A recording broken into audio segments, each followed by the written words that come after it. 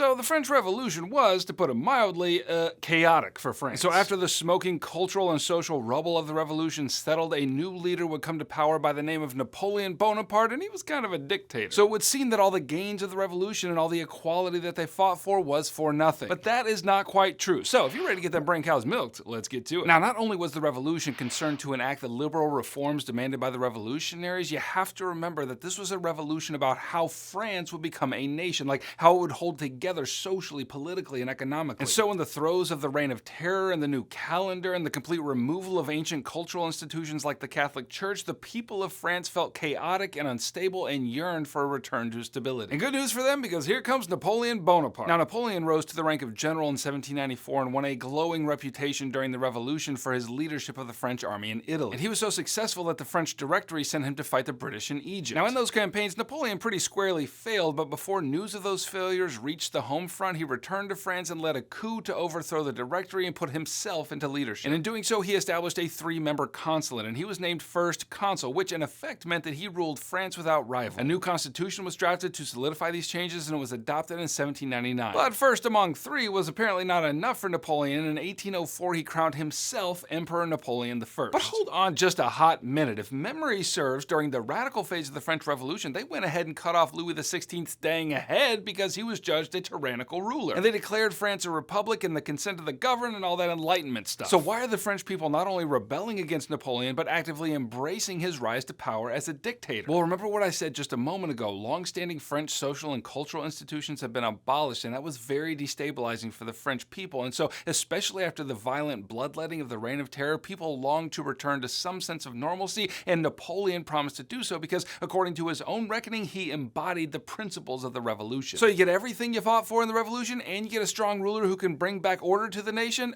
Yes please. But let's see just how much Napoleon embodied the revolution in his rule, and for that, let's focus on his domestic reforms. First, he instituted the Napoleonic Code, which reasserted 3 key principles of the revolution. First, the equity of all citizens before the law. And by all citizens, Napoleon meant all citizens with XY chromosomes, women, not so much. Second, the Napoleonic Code issued protections for wealth and private property. And third, it introduced a degree of religious toleration to France. Now, Napoleon's second domestic reform was the centralizing of the government and the bureaucracy. Napoleon consolidated power by creating a bureaucracy that would implement the tenets of the Napoleonic Code. And instead of reserving those positions for those who had the right ancestry or who had inherited them, Napoleon awarded those offices on the basis of merit, which is to say, the most qualified person would receive the bureaucratic job. And the third domestic reform to know is the religious reform that came in the Concordat of Bologna in 1801. Remember that in the Revolution, church lands were confiscated in the name of the state, and Catholicism was one of the chief enemies of the new order. Remember that under the leadership of Maximilien Robespierre, Catholicism was basically abolished in favor of a French secular state. But Napoleon rectified some of this lingering animosity in the Concordat of 1801, which asserted that French Catholics could worship freely. However, Napoleon retained the right to nominate and pay bishops and priests, so the church was still subservient to the state. Now, Napoleon claimed that his main goal was to extend and promote the principles of the revolution: liberty, equality, and fraternity. And certainly he made some progress on that front with his domestic reforms, but in order to maintain his power, he also diminished the rights of the people. The first way he did so was through his use of a secret police. Under the leadership of the Minister of Police, Joseph Fouché, Napoleon's secret police worked tirelessly to sniff out conspiracies and any plots to threaten the established order. And the secret police were everywhere, sometimes executing innocent people in order to send a message to other would-be conspirators. The second way Napoleon diminished the rights of the people was through censorship. The freedom of the press gained during the revolution was summarily curtailed under Napoleon's rule. The more criticism was leveled at Napoleon's actions, the more he sought to remove that freedom. And he did this by installing state-sponsored censors in the staff of every major French newspaper. And the third way Napoleon diminished the rights of the people was his marginalization of women. Women lost many of the rights they had gained during the revolution. They were reduced to the status of dependents on their husbands and fathers, and under the Napoleonic Code, women could no longer enter into contracts or hold property apart from their husbands. Okay, now no discussion of Napoleon would be complete without talking about how he basically conquered the whole dang European continent in the Napoleonic Wars. In waging these wars, Napoleon's stated aim was to spread the ideals of the revolution throughout Europe, but it was kind of hard to tell if that was the reason Napoleon went to war or if he just wanted to rule all of Europe. So by 1806, Napoleon had won wars of conquest against Austria, Prussia, and Russia, and the map of Europe began to change significantly. By 1810, Napoleon had expanded even further so that he began to see himself not as the Emperor of France, but as the Emperor of Europe. And as he went out conquering, it's true that he did spread the ideals of the revolution into these various lands. Church lands were transferred to peasants, and slavery was abolished, and the inherited privileges of the aristocracy were stripped. So he wasn't lying when he said that he wanted to spread the ideals of the revolution to all of Europe. Okay, now the question is, how did Napoleon administer this vast empire? Well, he did it through direct and indirect means. So his empire could basically be broken down into three parts. The first part here was known as the Grand Empire, and it centered on France and the lands that Napoleon had conquered around France and were under his direct control. The second part of the empire included technically independent kingdoms whom Napoleon kept faithful to him by installing members of his family on their throne. And the third part included those nations that were allied with France, including Austria, Prussia, and Russia. The one place Napoleon couldn't seem to conquer was Great Britain, so he used his influence on the European continent to establish the Continental system, which amounted to a blockade of British shipping. It mandated that British ships could not dock at any port controlled by the French, and that was,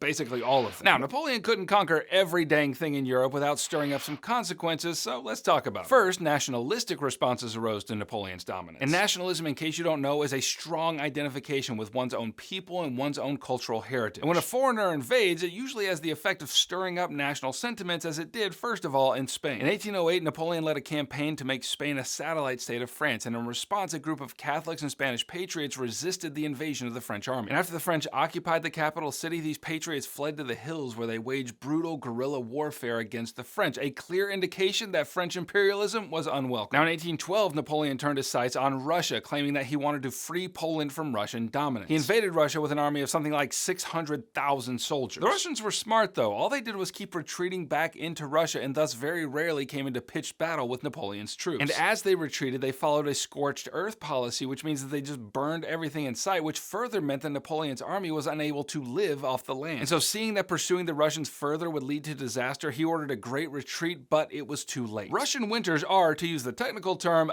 but cold, and so contending with sub-zero temperatures and a bunch of scorched land all around, Napoleon's army returned with only about 40,000 men, down from 600,000. So by 1814, Napoleon was stretched too thin. After suffering a crushing defeat trying to invade Russia, he heard of an attempted coup back home. As a result, he ended up abdicating the throne in 1814 and was exiled to the Mediterranean island of Elba. Now, he escaped in 1815 and returned to France and raised an army and sought to dethrone his replacement, Louis XVIII. But other states united against Napoleon, and he was defeated at the Battle of Waterloo in 1815. And then after that, he was exiled to St. Helena, where he lived the rest of his days. Okay, click here to keep reviewing for Unit 5 of AP Euro. If you need help getting an A in your class and a 5 on your exam in May, then click here and grab my AP Euro review pack, which is going to make all your dreams come true. I'll catch you on the flip-flop. Heimler out.